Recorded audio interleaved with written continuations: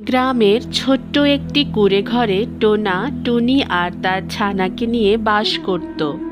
মা, খুব ক্ষুধা পেয়েছে, কিছু খেতে দাও না। ও লক্ষ্মী ছানা আমার, খাবার তো রান্না হচ্ছে চুলায়, এখনো খাবার তৈরি হয়নি, আর অল্প একটু সময় লাগবে। তুমি ততক্ষণ বাইরে বন্ধুদের সাথে খেলে আসো, খাবার তৈরি হলে আমি তোমাকে ডাক দেব।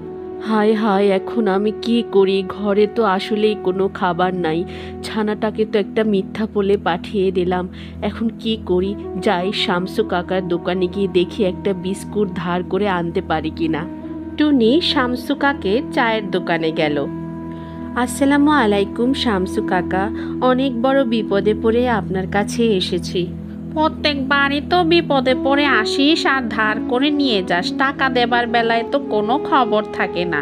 এবার যতই বিপদে পড়িস না কেন, আমি কিন্তু কোনো কিছু তোকে ধার দিব না। শামসু কাকের মুখে ওরকম নিষ্ঠুরভাবে কথাগুলো শুনে টুনি মন খারাপ করে বাড়ির দিকে চলল।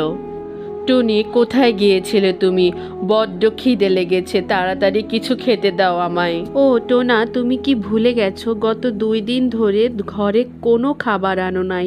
আমার ছানাটা সকাল থেকে খিদে খিদে করছে, কিন্তু আমি কিছুই ওকে খেতে দিতে পারছি না। কি করব বলো, কেউই কাজ দিতে চায় না। দেখি বাড়ির থেকে দূরে ওই যে গভীর জঙ্গলটা আছে, আজকে ওখানে যাব, দেখি ওখানে কোনো খাবার খুঁজে পাই না। ছানাটাকে তো কিছু খেতে দিতে হবে। বনের অনেক পথ তো হেঁটে আসলাম, কই কোনো খাবারের সন্ধান তো পেলাম না। আচ্ছা, আর একটু সামনে উড়ে যাই, দেখি কিছু পাই কিনা। আরে ওই দূরে কি যেন গোল গোল ফল দেখা যায়, দেখে তো মনে হচ্ছে তরমুজ গাছ, কিন্তু তরমুজ তো সবুজ থাকে, এই ফলটা তো একদম চকচক করছে, মনে হচ্ছে সোনা।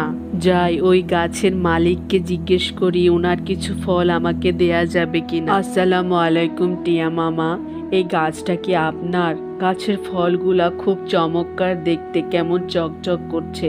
আমার ছানাটা না খেয়ে আছে, আপনার গাছের একটু ফল দিবেন আমাকে, আমি ছানাটার জন্য নিয়ে যেতাম।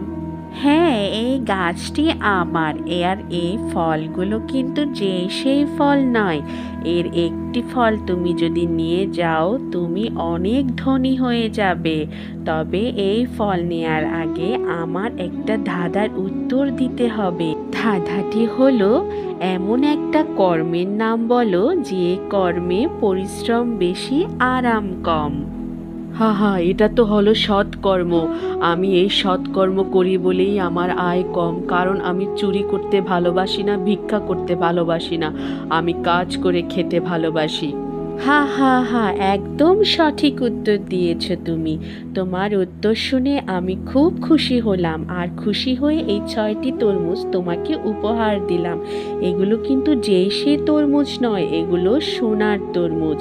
প্রত্যেকটি তরমুজ তুমি বাজারে বিক্রি করে অনেক টাকা আয় করতে পারবে, আর তোমার ঘরে কোনো অভাব হবে না। এরপর টোনা টিয়া পাখির কাছ থেকে সোনার তরমুজগুলো উপহার হিসেবে গ্রহণ করে সেগুলো নিয়ে বাড়ি চলল, এবং তারা সেই তরমুজগুলো বিক্রি করে অনেক কোটিপতি হয়ে গেল, অনেক টাকা পয়সা হলো, তাদের আর কোনো কিছুর অভাব থাকলো না।